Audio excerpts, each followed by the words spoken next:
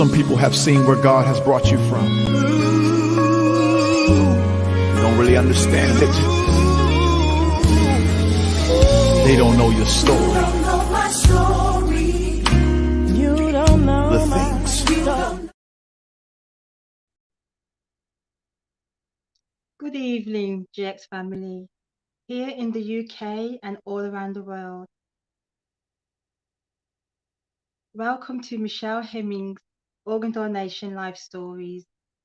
Now, this program is not just about organ donation, but it's also about other issues associated with organ donation. So we'll be talking to other transplantees and other stories around organ donation. Now, I had my transplant about 3 years ago, and I was told in the beginning that I may have sarcoidosis or even lupus. They were going to start me on treatment for lupus, but then they found out that I had interstitial lung disease and mild pulmonary hypertension. Now, our next special guest, she has lupus and she's been suffering from lupus for a very long time. I'd like to introduce to you my next special guest, Ronke Fadare. Hi. Hey, Ronke. Hi. How you doing?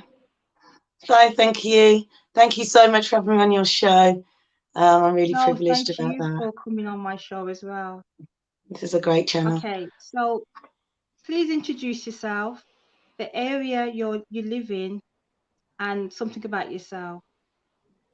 So my name's Ronke Fadare. I live in Birmingham, and I kind of do creative directing and choreography. And I have been studying, or on my path to study to be a movement psychotherapist. I do a lot of work in the community as well, yeah. Lovely. You got a lovely smile as well. Thank you, Michelle.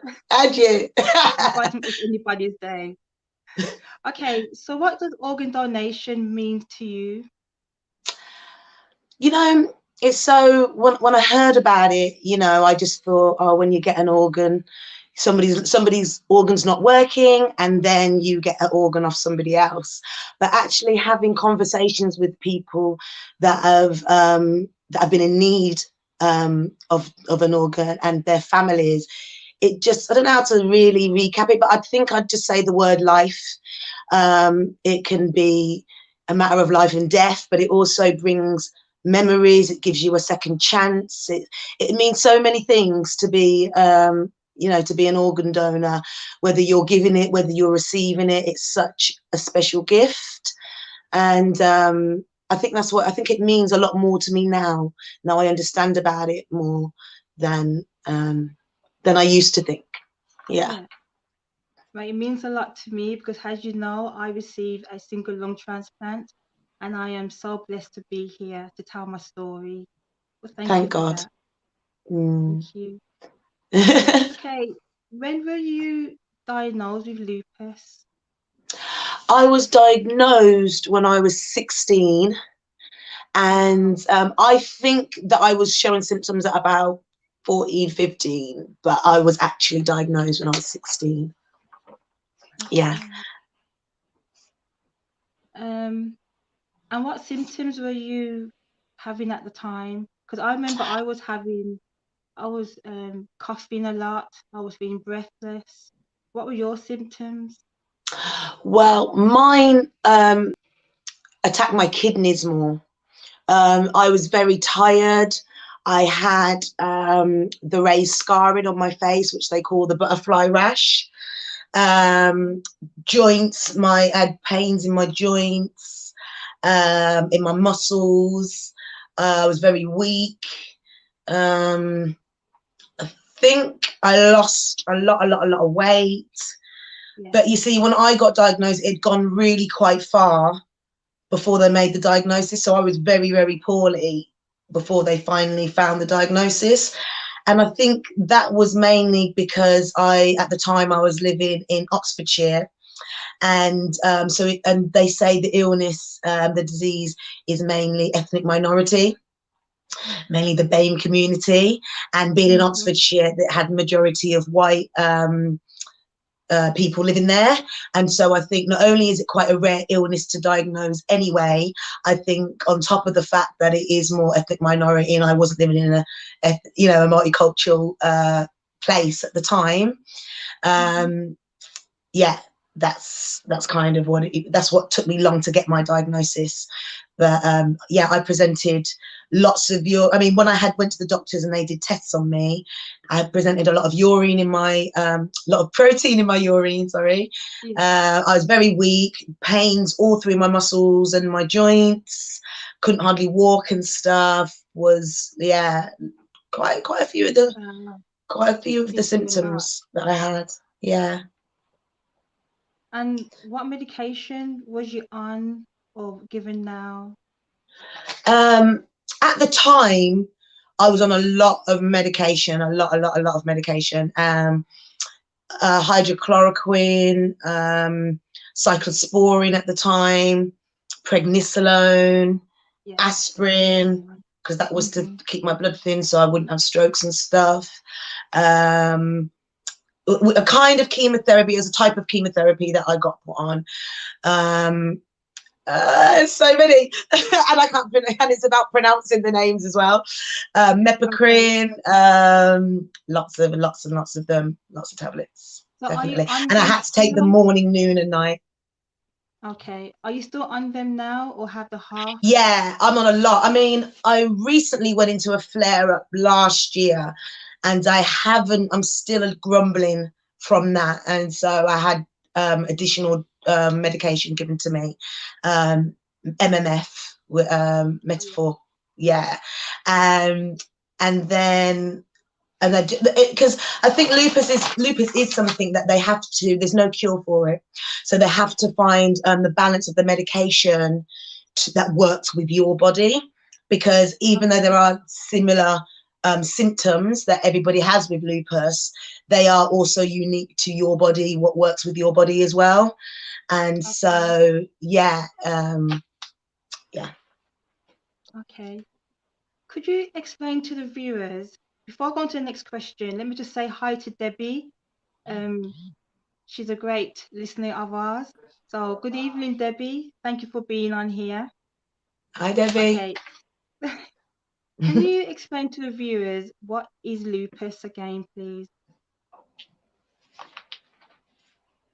Me? Yeah, that's for you. Oh, sorry, I thought you were saying hello to Debbie. No, it's okay. It's okay. If you can explain to the viewers what is lupus, because a lot of people haven't heard of lupus. Is a anti-immune disease of the blood where where your immune system mistakenly takes your body as a foreign body. So normally where the body will protect you from infections and viruses and things like that, our people that suffer from lupus, our body mistakes the vital organs that we need in our body as a foreign body, and then starts attacking it. And and so basically that is because our bodies are attacking itself. We have to be on medication that dampens down our immune system to stop it attacking our bodies. But then obviously it makes us more susceptible to infections and things like that, because we've had to dampen our immune system to stop it from attacking our body. And it can affect you anywhere on the body because it's systemic, which means it's part of the blood. So wherever the blood travels, it's where it can potentially attack. The most common ones are, the lungs, the heart, the kidneys is the most common one. It can affect your skin. Well, literally everything, your hair, your eyes, your joints, literally everything. And so that is basically what lupus is. Yeah, in a nutshell. So even though you got a lot of challenges to overcome, you still get out there, don't you? You're full of life. You're a bubbly sort of person. You got a lot of activities, and you're a dancer as well. So yeah, Good on you. I try my best. I have my good days and I have my bad days. As you know, it's one of those things that you have to take day by day. And some days can be a lot challenging than other days, but it is about having that mindset, being positive and still reaching for your goals. But then obviously having that balance where you have to understand whether you need to rest and listen to your body and take that rest when you need it, and eat right and rest right and positive vibes and stuff like that, and that all helps. And I love dance. Dance is a way that I love to express myself, all kinds of movement really. And I think with lupus, I find that you can't do too little, or it feels like you're very stiff and you can't be as mobile, but then you can't do too much. Otherwise you can overexert yourself and then again have the same effect of having a lot of pain, being extremely tired. And then also overworking can put stress on the body, which is what we're trying to avoid, because stress will then activate the body and then we don't want it to trigger us off into a flare up. So yeah, it's kind of having that. Well, I mean, I love the fitness side because it gives those endorphins out to make you feel better, and it's just essential for your well-being anyway. But I think even more so with with people like ourselves and have chronic illnesses, well-being, and it can come in all sorts of ways, is essential for our well-being. Is to, whether it's listening to music, whether it's meditating, whether it's making sure you're eating the right foods to give us the energy that we need to get us through the day. And sometimes it could just be being in bed and sleeping and watching Netflix. Just chilling out. Don't blame you. So yeah. I know you love your dancing, and that's another way of keeping you fit. But what other ways do you keep yourself fit? Is there any other ways you keep yourself fit? You go to the gym? Do you any walks? Yeah, because I teach, I kind of work with young children as well, and so I do my classes. I do like one-to-ones sometimes when people call in and you know, they want a little bit of one-to-one personal training. I do have quite a history of different, you know, various types of fitness, whether it was boxing back in the day, or kickboxing, or Zumba, or because I did all the Zumbas, street dance, contemporary. I love Afrobeat at the moment, which is so great because we're going to be doing the challenge soon, which is which is the Afrobeat, which is an Afrobeat style. That's what that is. And so yeah, it's kind of hard just to pinpoint one thing because I love movement in all different ways.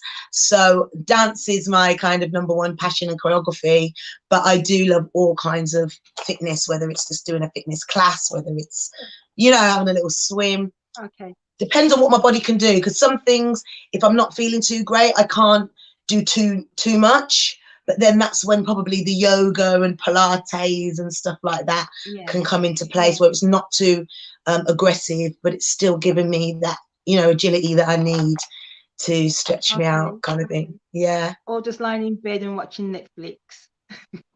So that's the best activity. Love it. Okay. No, I do love it. But yeah, even that, watching something positive on the telly or something that makes you laugh. I love laughing and being around people that, you know, even watching comedies or films or something that just make you smile and just take your mind off. Because I feel like our illnesses are a full-time job. It's something that you have to think about. Even if you don't want to, it is something that you have to think about from the minute you wake up to when you go to bed.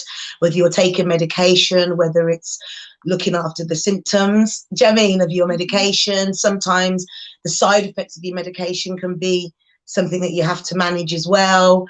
You know, it's a lot. It's a lot. And so, you know, you do appreciate those kind of, you know, soft moments, those happy moments, those, you know. So yeah, I think it's important to just listen to some music that you like, something that just makes you smile, you know. Like I said, laughing, they're the best things. And I try and do that a lot when I am out and about. If I'm poorly, I'm normally in my house and stuff. But if I am about, I like to give that energy so that I can get that back as well. And it's just nice. It's just nice to be around good people. Yeah, definitely. And also, can you tell the listeners how they can get in touch with you, you know, to discuss about your symptoms, about your lupus, or probably dancing? You got any contact details you'd like to give out? Yeah, okay, yeah, I'll do a little plug. I mean, at the moment, I work with Mezzo Dance Company, a fantastic dance school, really, really supportive, whether you're at the top of your game and want to be in competitions. They're mainly a freestyle dance dance school, but they do other elements such as ballet, tap, really good at the acro. Everyone's qualified, CRB checked, and they are venturing out in different parts of Birmingham. So, and that varies from really, really young little diddy ones all the way to the top. So I definitely recommend that, because that is so great for confidence building and learning skills and stuff. So that's what I do. At the moment, I'm in Bourneville School on a Tuesday, so that's cool. What else am I plugging? But at the moment, I'm contactable through Instagram. We're called Wolfpack Lupus Trust UK, and if you click onto there, it's just, I've literally just started. I'm just bringing the new awareness to it now, so I'm just starting. So I'm just getting new posts up there and networking now myself.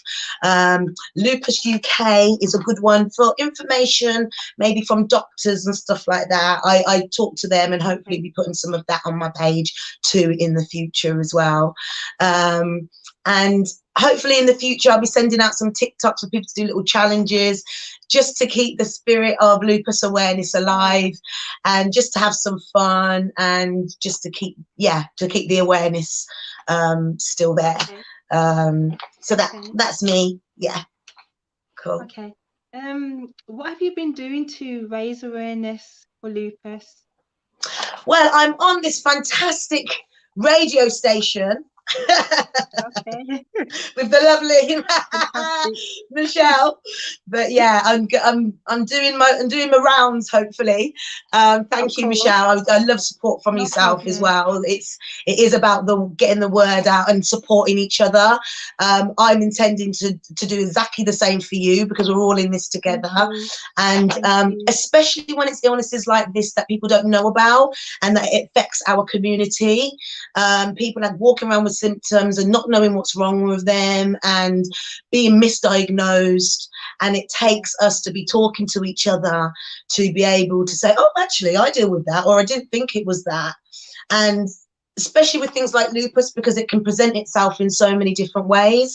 You can start getting the symptoms from being pregnant, you know, and that's important, because I know people that have had difficult pregnancies, even miscarriages, and actually it's a very simple thing. Some people just have to take an aspirin and just be monitored, and that would have saved a lot of heartache. But again, people don't even think about it, because it's not the first thing people think of, you know.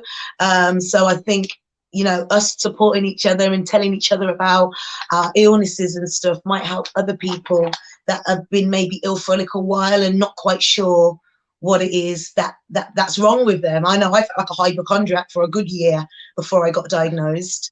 Do you know what I mean? And so it's definitely talking to lots of people, going on radio stations. Yeah.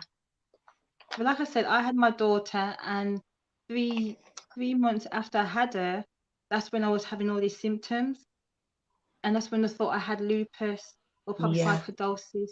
So it can be misdiagnosed. But I was glad that they found out what my condition was, so then I could, you know, carry on with my life, because it was really difficult then.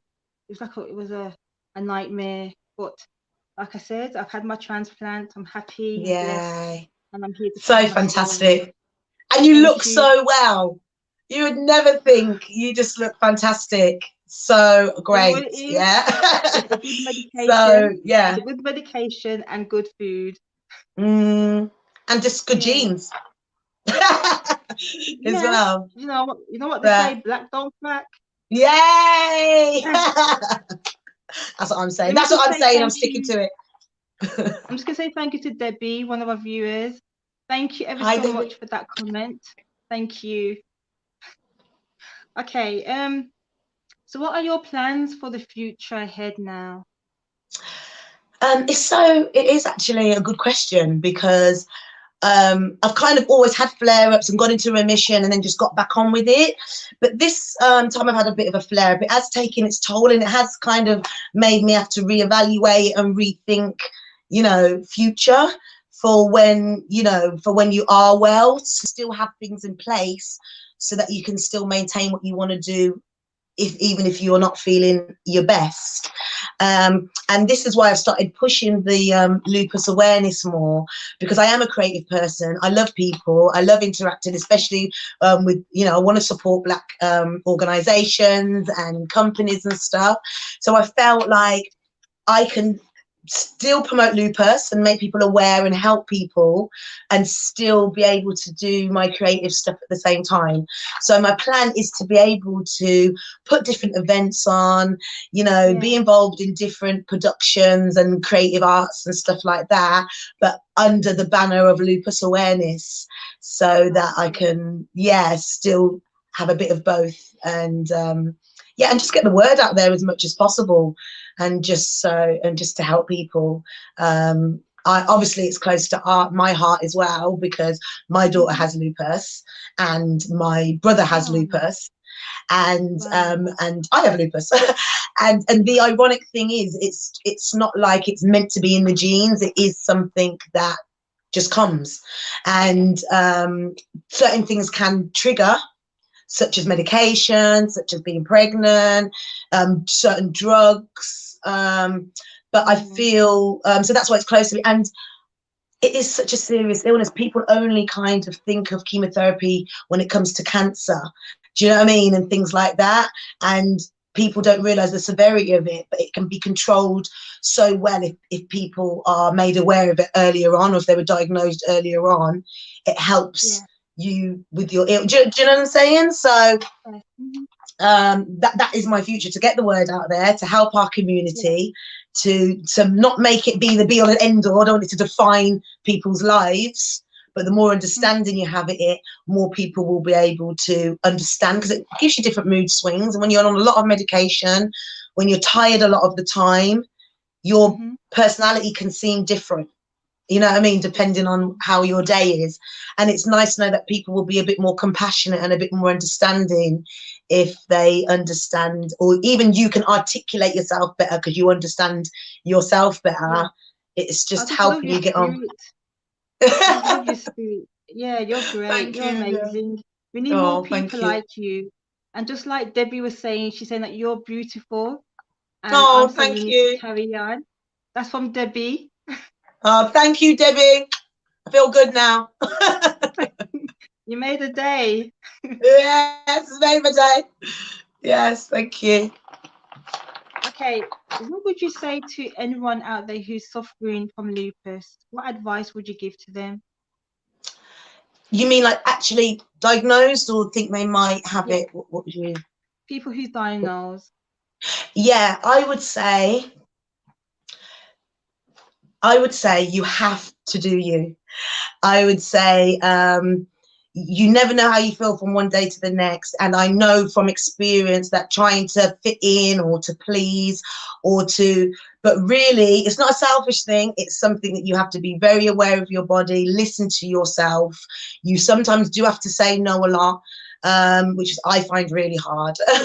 But just really look after yourself. You are your main priority, and you can't help anybody else or do anything unless you are happy and well in yourself. They say nowadays health is the biggest currency you can have. Do you know what I mean? And it's true. You can't enjoy things as much unless you're well in yourself. So do you take plenty of rest, eat as well as you can, you know, drinking lots of water, just do what you need to do. And I would say try and look at you know, I don't want to say holistic medicines, but other things that can also help your well-being, that obviously if you get the go ahead by your doctors and stuff, but try alternatives when it comes to food and other things that might make you feel, some natural stuff that make you feel better. Definitely. Great. And have fun. Thank you. Enjoy life as much as you Definitely can. have fun. Like Michelle, look like great. Thank you. Yeah. Okay. Could you just tell the viewers how they can get in touch with you before we say our goodbyes? Okay, so again, you can contact me via Instagram, which is Wolfpack Lupus Trust, and you can contact me on for Ronke Fadare at gmail.com. Let me spell that: RONKE F for Freddie, not S, FADARE. And that's at gmail.com. And any questions or anything you want to get involved in, whether it's to do with the creative arts or putting on an event, I'm so happy to help. And also please come, and if you feel like you've got any questions, I'm very close to a lupus specialist nurse called Hannah Guest, and she's based at QE Hospital, and I ask her all sorts of questions, and she's amazing. She will give you her number if you need to talk to her about anything. And even at the QE Hospital, there are little groups that talk about whether it's having access to certain, whether it's benefits and things like that, whether it's just understanding about medication and having access to new drugs that are coming out, and for lupus groups and stuff like that. So definitely contact there. So that'd be great. Great.